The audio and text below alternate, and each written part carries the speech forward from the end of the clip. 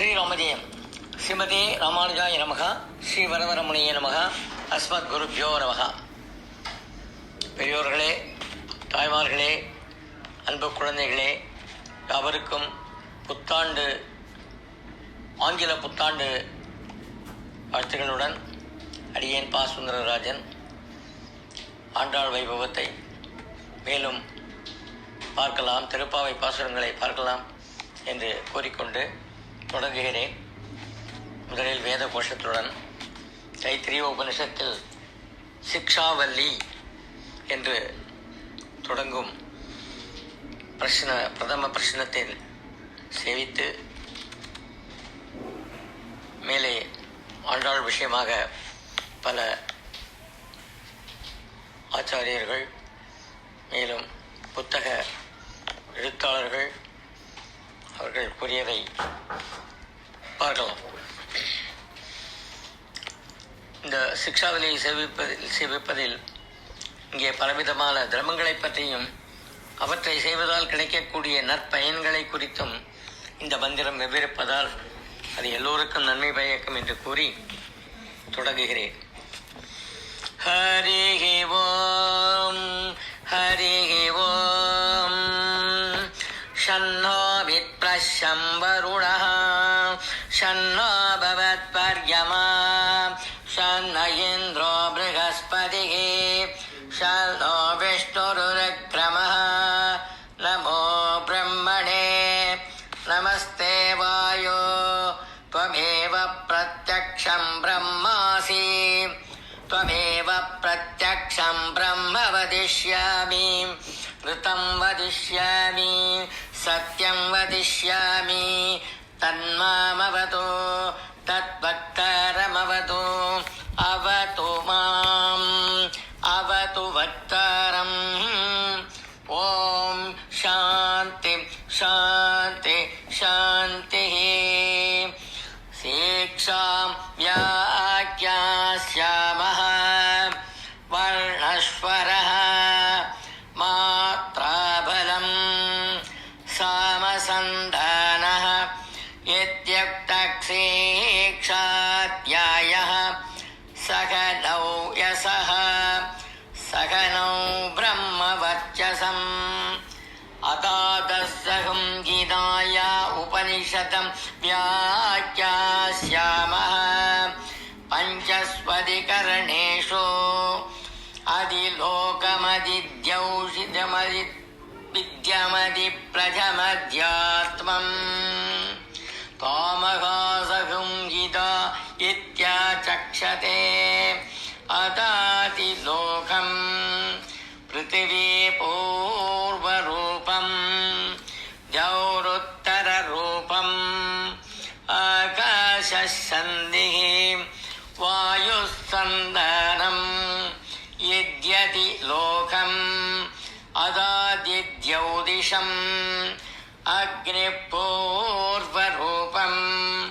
ஆதித்ய உத்தரரூபம் ஆபசந்திஹி வைத்யுதசந்தானம் யத்யதித்யௌதிஷம் அதாதிவித்யம் ஆச்சார்யபூர்வரூபம் அந்தேவாசுத்தரரூபம் வித்யாசந்திஹி பிரவஜனகம் சந்தானம் யத்யதி வித்யம் அதாதிப்ரஜம் மாதா பூர்வரூபம் பிதோத்தரரூபம் பிரஜாசந்திஹி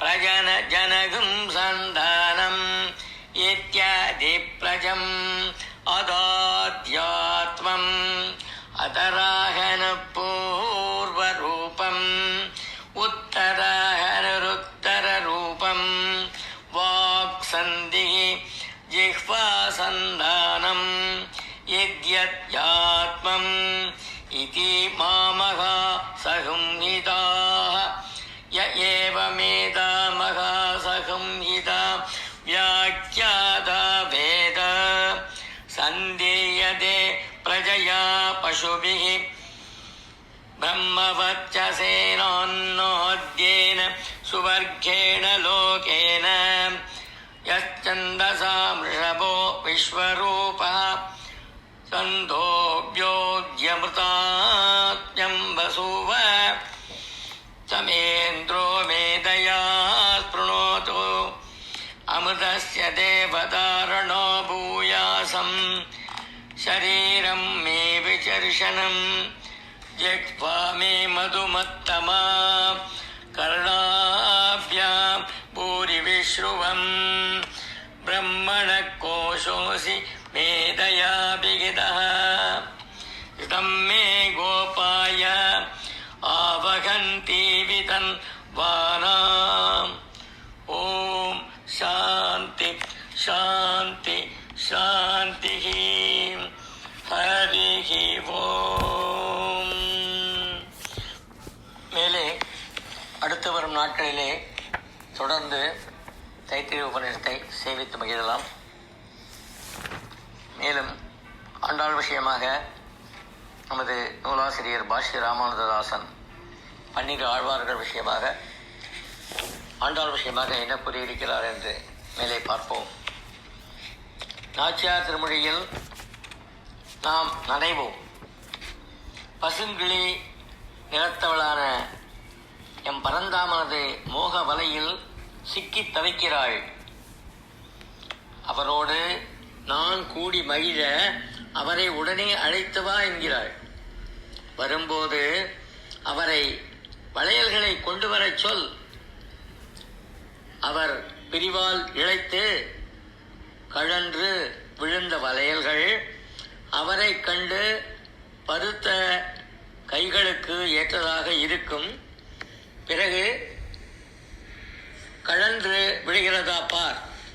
அவரை பார்த்ததுக்கு அப்புறம் அந்த வலைகள் கழன்று விழாது, இப்போ இழைத்து போயிருக்கிறேன் என்று சொல்கிறாள்.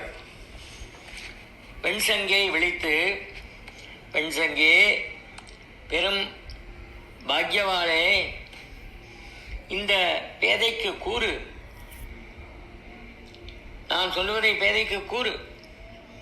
என் திருவரங்க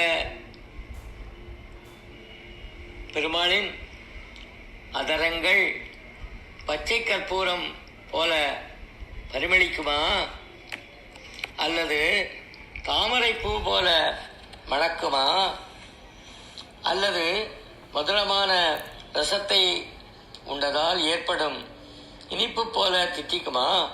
எப்படி இருக்கும் என்று ஆசையோடு கேட்கிறேன். அருள் தொடர்ந்து கூறுவாயாக. நீ உண்பது உலகமுண்ட பெருவாயனின் அமிர்தம். நீ உறங்குவது கடல்வண்ணனின் திருக்கரத்தில். என்னே நீ செய்த பாக்கியம். நீ கொடுத்து வைத்தவள். உண்பதும் உறங்குவதும் அவரிடமே. நித்தம் அனுபவிக்கிறாய். பேராசை உடையையோ நீ. இப்படி நீ அனுபவித்தால் என் நிலை என்னவென்று எண்ணிப்பார். தகுதியற்ற முறையற்ற காரியம் செய்யும் சங்கே, முனகாமல் முழங்கு, அழைத்து வா என்று, எனது நாயகனை அழைத்து வா என்று சங்கே நோக்கி கூறுகிறாள் ஆண்டாள். விஷ்ணு சித்தரும் தன் மகளுக்கு ஏற்ற மணாளன் நம் பெருமாளை என்று உறுதியாக எண்ணியிருந்தாலும் அது எப்படி சாதிக்கும் என்று ஆழ்ந்த சிந்தனையில் உறங்க கொள்ள நம்பெருமாள் அவர் கனவில் எழுந்துள்ளி, உன் மகளான கோதையை நம் கோயிலுக்கு அழைத்து வரும், நாம் அவளை கைப்பிடித்து ஏற்றுக்கொள்கிறோம் என்று அருளி செய்ய விஷ்ணு சித்திரம் மனமகிழ்ச்சியுடன் நிம்மதியாக திருக்கோயில் திருப்பணியில் ஈடுபட்டார். நம்பெருமாள் ஏவனைப்படி சன்னதி கைங்கரியங்கள் செய்வார்கள். திருக்கோயில் குடை சாமரம் பரிவாரம் இத்தியாதிகளோடு நன்கு அலங்கரிக்கப்பட்ட மூடிய முத்துப்பல்லக்குடன் விஸ்வஜித்தர் திருமாலையில் நிற்பதை கேட்டு அறிந்த விஸ்வஜித்தர் வடபிரங்கோயிலுடையாரிடம் விடைபெற்று வீடு திரும்பினார். கோதையை பல்லக்கில் அமரச் செய்து மங்கள வாத்தியங்கள் முழங்க தோழிமார் தொண்டர்கள் ஊர் மக்கள் திரண்டு சூடிக் கொடுத்தவள் வருகிறாள். பாடி கழிக்க வருகிறாள். சுரும் பார்க்குழல் கோதை வருகிறாள். தென்னரங்க நிருபம் தேசமுடையாள் வருகிறாள் என பலவாறாக விருதுகள் முழங்க தென்னரங்கன் திருக்கோயில் பெரிய மண்டபத்தில் வந்து நின்ற பல்லக்கில் இருந்து பட்டுடையை உடுத்திய பாவை நல்லாள் கஸ்தூரி திலகமிட்ட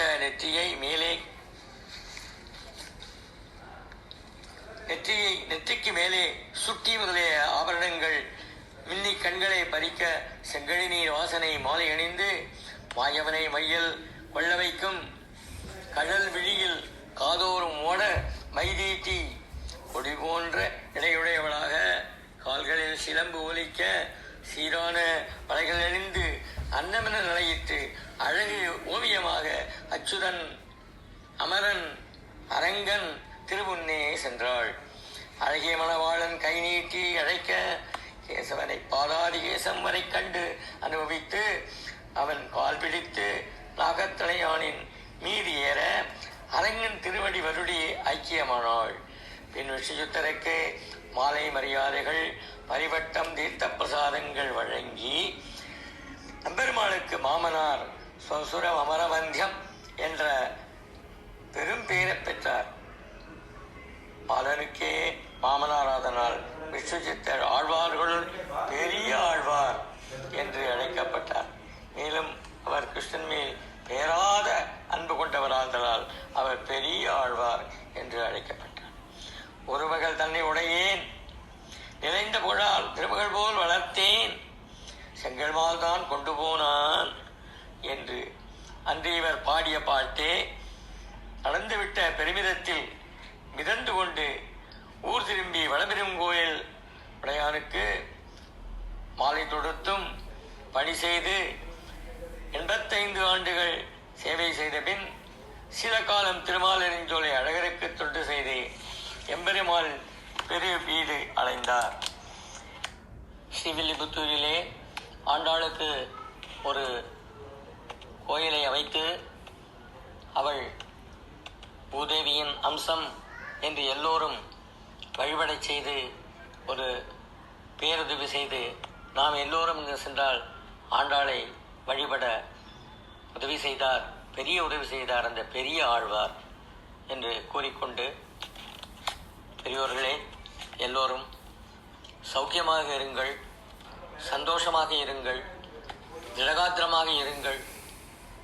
அரசு கூறுவது போல நாம் சுத்தத்தை கடைபிடித்தும் முகமூடியை அணிந்து கொண்டும் பிறருடன் பேசும்போது தூரத்தில் இருந்து நமது காரியத்தை முடித்து கொண்டும் நல்வாழ்வு வாழ்க.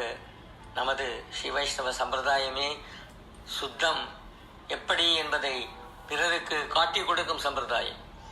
அதை நாம் விட்டுக் கொடுக்காமல் பிறருக்கு நாம் வழிகாட்டியாக திகழ்வோம் என்று கூறிக்கொண்டு வணக்கத்துடன் எல்லோரையும் விடைபெறுகிறேன். நன்றி நன்றி நன்றி. மீண்டும் அடுத்த தொடரிலே பார்க்கலாம். ஸ்ரீமன் நாராயண்.